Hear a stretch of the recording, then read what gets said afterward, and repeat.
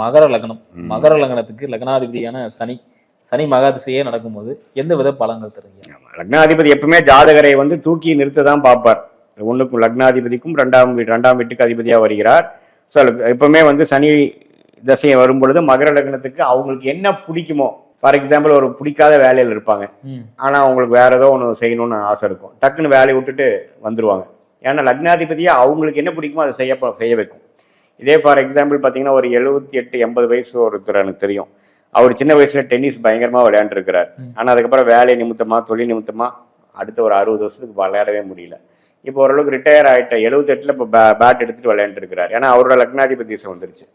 என்ன சார் இந்த வயசுல போய் விளையாடுறீங்கன்னா, இல்லையோ எனக்கு இவ்வளோ நாளாக நான் விளையாட முடியாமல் போயிடுச்சு, இப்போ நான் எனக்கு பிடிச்சது நான் ஒன்று பண்ணுறதுக்கு தானே, இன்னும் நான் 5 வருஷம் இருக்க போகிறனோ 6 வருஷம் இருக்க போகிறனோ, முடிஞ்சு இருக்கிற வரைக்கும் நான் எனக்கு பிடிச்சா நான் வாழ்ந்துட்டு போயிடுறேன் அப்படிங்கிற மாதிரி ஒரு அமைப்பு இருக்கும். ஸோ அதே அமைப்பு தான் மகர லக்னத்துக்கு. அவங்களுடைய என்ன விஷயம் பிடிக்குதோ அதை பண்ண வைப்பார். ஜாதகரை கொஞ்சம் ஜெயிக்க வைப்பார், இந்த சொசைட்டியில் மேலே வர வைப்பார்.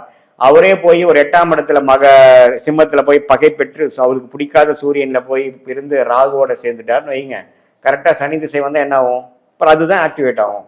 நல்லா இருந்தாலும் இப்போ ஒரு மாதிரி லூஸா சுத்திட்டு இருக்கிறான் அப்படிங்கிற மாதிரி தான் வரும். ஆனா ராகு போர் சேரும் பொழுது மென்டல் கிளாரிட்டி மிஸ் ஆகும்.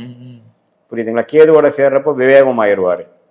ஸோ ராகுவோட சேரும் பொழுது ஓவரா நிறைய பேருக்கு நான் பார்த்துருக்கேன், சனியும் ராகும் சேர்ந்து சனி திசை வரும் பொழுது பயங்கரமா டர்ன் ஓவர் பண்ணுவாங்க கண்ணா பின்னான்னு.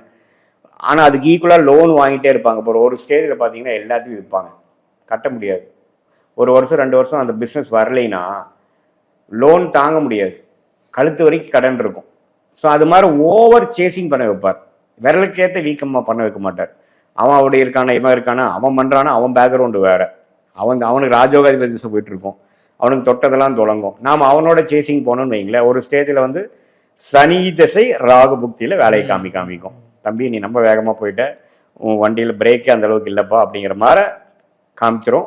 அதனால சனி ராகு இருக்கும் பொழுது ரிஸ்கான ஒரு விஷயங்கள் தெரிஞ்சுக்கணும். சனி திசை வந்து மகர லக்னத்துக்கு யோகம் தான், ப்ரொவைடட் நான் சொன்ன மாதிரி நல்ல அமைப்பில் இருக்கிறப்போ.